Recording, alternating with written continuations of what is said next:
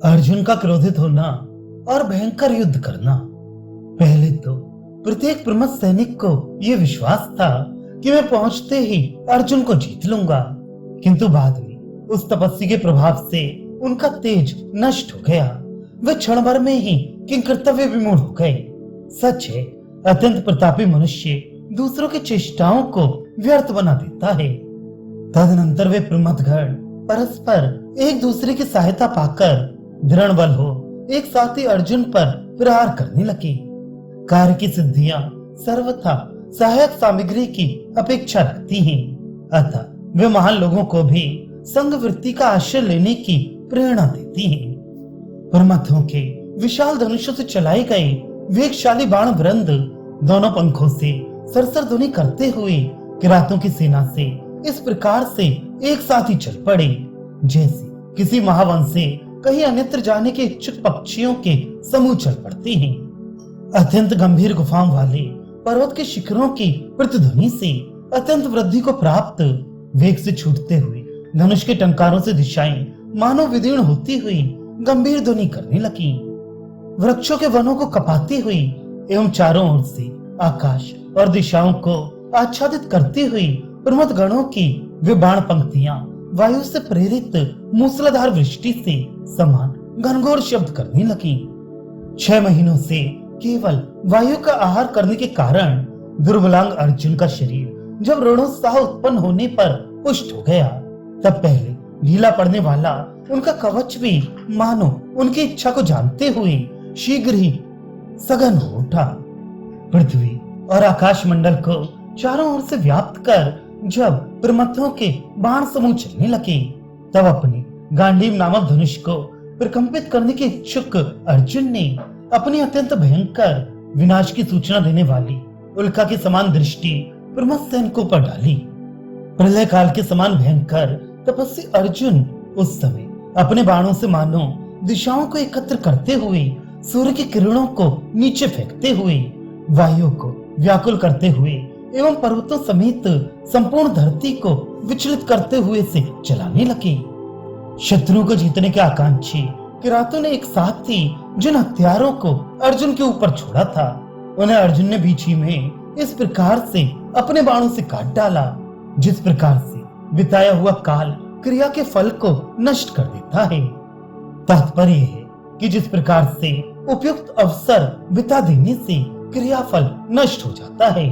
उसी प्रकार से किरातों के हथियारों को अर्जुन ने अपने बाणों से बीच ही में काट डाला। पांडुपुत्र अर्जुन दूसरों द्वारा न देखे जा सकने वाले विपत्तियों को दूर करने वाले, दूर तक जाने वाले विशाल फलों से युक्त अपने बाणों द्वारा दूसरों को न दिखाई पड़ने वाले विपत्तियों का प्रतिकार करने में समर्थ दूरगामी तथा सुंदर एवं विपुल परिणामदायी साम दाम आदि उपायों के समान अत्यंत समृद्ध हो गए। तदनंतर अर्जुन के उन बाणों को देखकर उस समय प्रमथ गणों ने यह समझा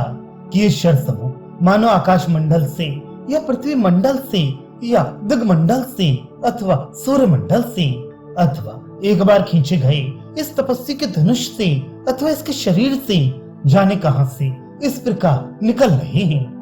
मर्म स्थल को विदीर्ण करके भी प्रमथ गणों का प्राण नाश न करके उनके शरीर से बाहर निकले हुए अर्जुन के शर समूह मानो अपराधी की भांति नीचे मुख किए हुए बड़े वेग के साथ हिमालय में प्रविष्ट हो गए। तात्पर्य है कि प्रमथ गण तो अमर थे, अतः उनका प्राण हरण करना अर्जुन के अमोघ बाणों से भी संभव न था। अतः अपने उद्देश्य में असफल उन बाणों को लज्जित होकर सिर नीचा करके कहीं छिप जाना ही उचित था। अर्जुन के प्रथम बार छोड़े गए बाणों ने शत्रुओं के कवचों का भेदन कर उनके शरीरों पर जो घाव किए थे, उन पर दूसरी बार छोड़े गए उनके बाणों ने पुनः प्रहार नहीं किया। सच है, महान लोग सताए हुए लोगों को नहीं सताते। संख्या में जितने शत्रु थे उतने ही छोड़े गए अर्जुन के बाणों ने गांडीव से एक साथ निकलते हुए भगवान शंकर की उस किरात सेना को इस प्रकार से संकुचित कर दिया, जिस प्रकार से चंद्रमा की किरणें पंकजों की पंक्तियों को संकुचित कर देती हैं। स्वरूप तथा गति में सीधे, तेजस्वी, व्यर्थ न होने वाले, निरंतर कार्यरत रहने पर भी न थकने वाले, मारने, काटने, गिराने आदि भिन्न भिन्न व्यापारों में पृथक पृथक प्रयुक्त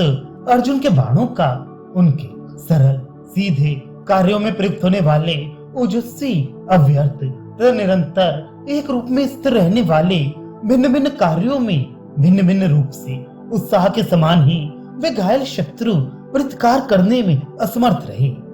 तात्पर्य है कि अर्जुन के उत्साह के समान ही उनके बाणों की वृष्टि भी दुर्धर्ष थी। अनेक स्थलों पर स्थित शिव की सेनाओं ने सूर्य की किरणों के समान प्रचंड बाण समूह की वृष्टि करने वाले एक ही स्थान पर स्थित अर्जुन को उसी प्रकार से प्रत्येक योद्धा के सामने फड़कते हुए देखा, जिस प्रकार से अनेक स्थलों पर स्थित लोग अपने अपने आगे ही किरण जाल से प्रदीप्त सूर्य को देखते हैं। अत्यंत क्रोध से मानो चारों ओर से आते हुए तीव्र वेग युक्त अर्जुन के बाण समूह से आहत शिव की वह सेना इस प्रकार से चक्कर काटने लगी, जिस प्रकार से अत्यंत वेगशाली प्रचंड झंझावात से ग्रीष्म ऋतु की धूल विकंपित होकर चक्कर काटने लगती है। अर्जुन के इस प्रकार के रण कौशल को देखकर किरात सेना अनेक प्रकार का तर्क वितर्क करने लगी कि तपस्वी अपने तपोबल से अनेक अदृश्य शरीर धारण करके इस प्रकार से बाण समूह छोड़ रहा है, अथवा इसकी माया के प्रभाव से हम लोगों के ही बाण प्रतिकूल होकर हमारे ऊपर आकर गिर रहे हैं। क्या बात है, कुछ समझ में नहीं आ रहा है। कहीं इस तपस्वी के शांति आदि गुणों के वशीभूत होकर या इससे भयभीत होकर देवता लोग ही तो प्रचंड रूप में हम लोगों पर प्रहार नहीं कर रहे हैं, क्योंकि यदि ऐसा न होता तो इस तपस्वी के ये बाण समूह समुद्र की तरंग माला के समान निरंतर असंख्य होते क्यों जा रहे हैं।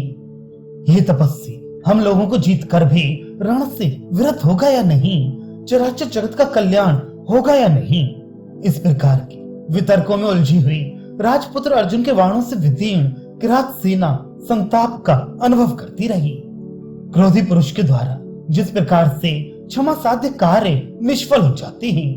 मदोन्मत्त गर्वीले पुरुष द्वारा जिस प्रकार हितकर और प्रिय वचन व्यर्थ हो जाता है, और किया गया पुरुषार्थ जिस प्रकार से प्रबल दैव की प्रेरणा से व्यर्थ हो जाता है, उसी प्रकार से अर्जुन द्वारा पराजित वे किरात सेना निस्तेज और निरुद्यम हो गई। कपिध्वज अर्जुन के बाण समूहों से छत विक्षित शरीर वाले शिव के सैनिक गण इस प्रकार से चारों ओर मंडलाकार स्थित हो गए, जिस प्रकार सूर्य के किरणों से शोषित जल समूह मंडलाकार होकर बादलों के रूप में चारों ओर घूमने लगता है। पांडुपुत्र अर्जुन द्वारा अपने बाणों से विश्व ब्रह्मांड को आच्छादित कर लेने पर एवं मंडलाकार धनुष का बारंबार आस्फालन करने पर मान अत्यंत डरी हुई विजय श्री किसी प्रकार बड़ी कठिनाई से त्रिलोचन की सेना के पक्ष का परित्याग करने के लिए तैयार हो सकी। तात्पर्य है कि अर्जुन के इस प्रकार के प्रचंड पराक्रम को देखकर किरात सेना ने अपनी पराजय मान ली।